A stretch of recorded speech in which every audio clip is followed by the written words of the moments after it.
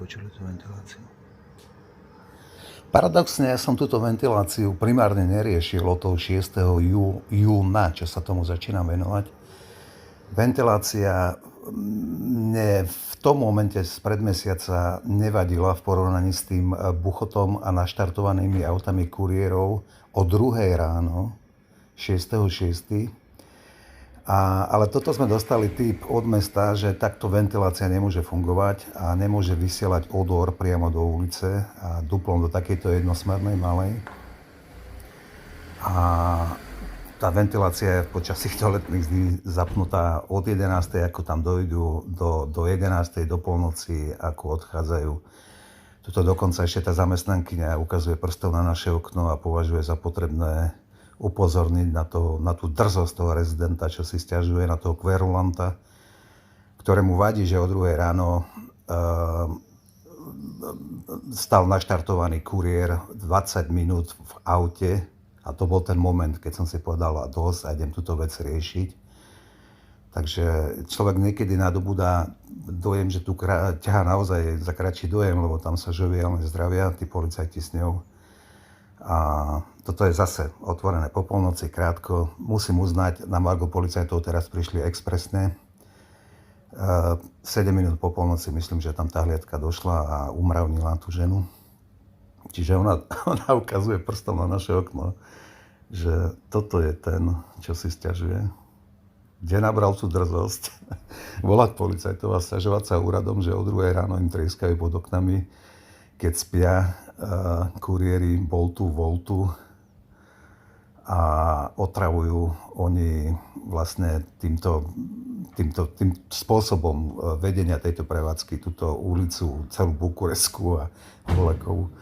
Takže áno, toto je štvrtok a deň predtým v stredu som prišiel náhodne domov na obed na motorke a boli tu dámy z hygieny, pani Kurčíková plus ďalšie 2 dámy. A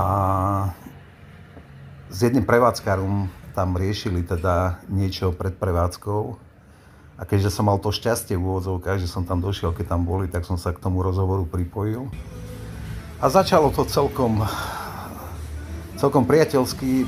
Hovorím, že proste ako prvý krok sa musí robiť to a nevyhnutne okamžite, že tá prevádzka nemôže byť otvorená do polnoci, ale musí byť zavretá o 10.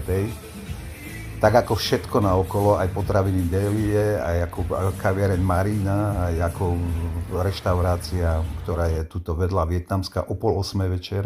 Proste všetko je tu zatvorené o 10. aj Pošonium na Kyčerského, tá hipsterská pekná vináreň. Všetko je o 10. len tu sa trieska dverami do 12. Do 12. len kvôli tomu, že to riešim. Keby som to neriešil, tak sa tu trieska dverami do 2. tak ako v tú noc, čo som si povedal, že odtiaľ potiaľ a tu už treba niečo robiť. Lebo tuto bolo bežne takto otvorené. Ešte dlho potom, ešte aj 2 týždne potom, ako som sa teda dával podnete na tie úrady, tá pizzeria fungovala 12.45 za tvárci Audina 12.50, čiže dneska tiež maličko po polnoci, keby tí policajti nedošli, možno je otvorená ešte dlhšie. Čiže stretli sme sa s tou hygienou, hovorím, lebo to nie som len ja som oslovil 2, 3 alebo 4 susedov, na ktorých mám e-mail, okamžite 2 mi vyjadrili podporu, pán Lina, áno, samozrejme, problém pociťujeme aj my a ak budete niečo potrebovať, sme ochotní pomôcť. A tí ďalší 2 sa neozvali len kvôli tomu, že ten jeden ma potom napadlo, že tu ani nebýva, je tu jeho sestra. A tu som kontaktovať a zaťažovať s týmto nechcel, ak jej to nevadí, alebo neviem. A potom tá ďalšia suseda býva úplne hore. A táto možno nepočuje, ak má spálňu otočenú do vnútroblokového dvora, takže z tých 4 alebo 4 mi odpísali okamžite obidvaja, že áno, pán Lina, sme s vami a máte našu podporu. Čiže ja zastupujem svojím spôsobom aj ďalších 2 susedov a toto tu takto ďalej nemôže byť. Proste nemôže sa trieskať, pracovať, ventilácia hlučná do polnoci, v tom lepšom prípade. Mesto absolútne nereaguje. Mesto tvrdí, že do polnoci je tá prevádzka úplne v poriadku, aby to bolo otvorené. A človek potom už stráca aj nejaký zdravý rozum, že že či je toto normálne, keď sa prejde s obsom, všetko je zavreté, len tu sa trieska a tu sa vozí pizza a tu sú naštartovaní kuriéri do polnoci alebo ešte dlhšie. A hovorím, tú noc to bolo o 2:00 ešte naštartovaný kuriér pred dverami. O 2:00 ráno. Hej, čiže toto bolo bežné. Len prišlo to teplo a ľudia otvárajú okna a v ten moment už vám to začína naozaj vadiť. Hej. Tá zima ešte to sa dalo nejak prežiť, ľudia mali okna zatvorené. A čiže hej, tú ventiláciu to sme vlastne dostali tip od zamestnankyne mesta, že takto oni niekedy riešili vraj problém na Krížnej s pizzou, ktorá tam je. A že ventilácia a odor samotnej tej pice nemôže byť nejak ústiť do ulice ako takej. Popri tej hlučnosti teda je aj zápach, vy máte otvorené okná, všetko vám to ide do bytov. Zápach tej pečenej pice, robia to v elektrických peciach. Čiže ja som toto nerozporoval ako prvé tú ventiláciu, hluk tých kuriérov, ale keďže nám dal tip mesto, že teda aj tá ventilácia je problém, tak samozrejme držíme sa aj tej ventilácie teraz. No a keďže som sa zúčastnil toho krátkeho stretnutia zo stredy s tými, ako som už spomínal, 3 dámami z hygieny a s tým jedným prevádzkárom, ktorý manažuje tie pizzerie, myslím, že ich majú 2, jednu tu a jednu v Dúbravke. Tak som bol uistený, pán Hlina s tou pani z hygieny, že to sa dá ubrať na tretinu, uistil ma aj ten prevádzkár. Stačilo povedať, my by sme to ubrali na tú tretinu, samozrejme je to citeľne menej hlučné, pozrite sa, teraz to takto beží. A ja mu na to hovorím, tým dávam, teda ako náhle odídete, tá ventilácia bude opustená, lebo tam samozrejme, oni to musia ventilovať, ten stiesnený priestor 30 či 40 metrov, čo tam majú. Musia to vyventilovať do tej miery, aby tam vedeli dýchať, takže pustia to naplno. A tak aj bolo. Samozrejme, tá hygiena odišla, tá ventilácia už potom išla zás naplno. A dneska je štvrtok a mali si možnosť počuť na začiatku tohto videa, ak to hučí do neskorých nočných hodín. Popri tom zápachu, spomínam ešte raz. Čiže tak, dobre. Čiže ako náhle tie dámy z tej hygieny odišli, tak ventilácia bežala zase na plné obrátky.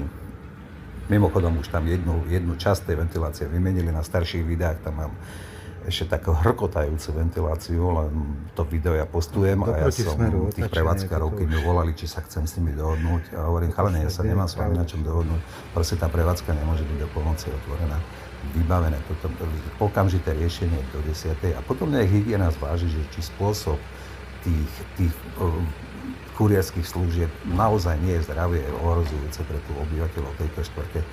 Dennodenne, celé víkendy to počúva trieskaných dverí, naštartované auta, nechcem sa opakovať jedno s druhým. A teraz už najnovšia je tá ventilácia, ktorú ja som na začiatku pred mesiacom nerozporoval. No a samozrejme, ešte tie dámy mi dosvedčia, ako ma častoval, samozrejme neudržal nervy na úzde a vyčastoval ma takými nadávkami, takými vulgarizmami, že do toho videa nedem ani opakovať. Čiže my tu bývame, my to tu trpíme a musíme znášať ešte všetkých vy a neviem akých, lebo niekto má tu drzosť v úvodzovkách sa ohradiť a podať podneť, že takto to ďalej nemôže ísť. Hej? Takže ja som zvedavý, čo tá hygiena ide spísať.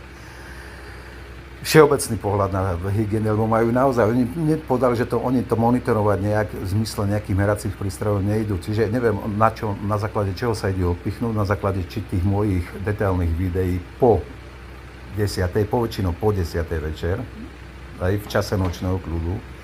A aké všeobecné nejaké stanovisko idú k tomu zaujať, že či toto je normálny chod prevádzky pri týchto všetkých boltoch, voltoch v obytnej zóne do neskorých nočných hodín. Či oni toto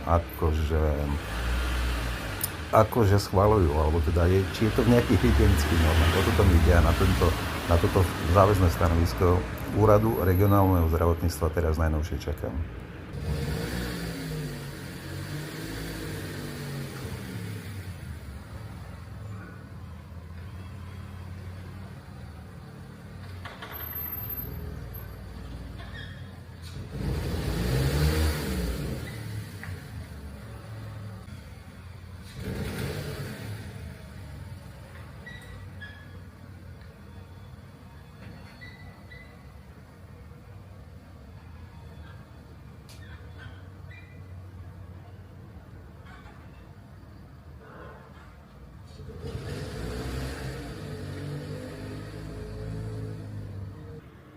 OK, čiže ako som sa vrátil na obed domov, o 12:30 zistujem, ako som šiel venčiť psa, že na rohu Bukurešskej železničiarskej som našiel svoje tašky z motorky, odtrhnuté, čiže poškodené. A ráno som si to nevšimol, ja som pripisoval tú posunutú plachtu na motorke tým, že pršalo. A teda plachtu som zvesil, sadol na motorku, robil som, čo bolo treba na obed, keď teda som sa vrátil venčiť psa. Za rohom zistujem, že tú tašku teda niekto musel otrhnúť a hodiť ju za roh. Čiže už sa mi to raz stalo. A stalo sa mi to, že motorka, ktorá riadne je odparkovaná na stojene, bola zo stojanu zhodená a opretá o stĺp. Čiže to bola asi prvá forma varovania. Toto je druhá forma varovania, čo sa mi zatiaľ stalo.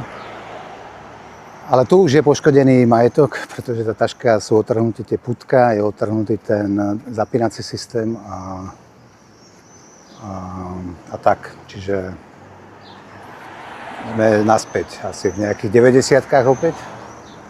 A uvidíme, ak sa to vyvinie. Ja som zvedavý, čo ešte ma čaká na tej Bukurešskej s tou pizzeriou, aký život tam idem prežiť. Takže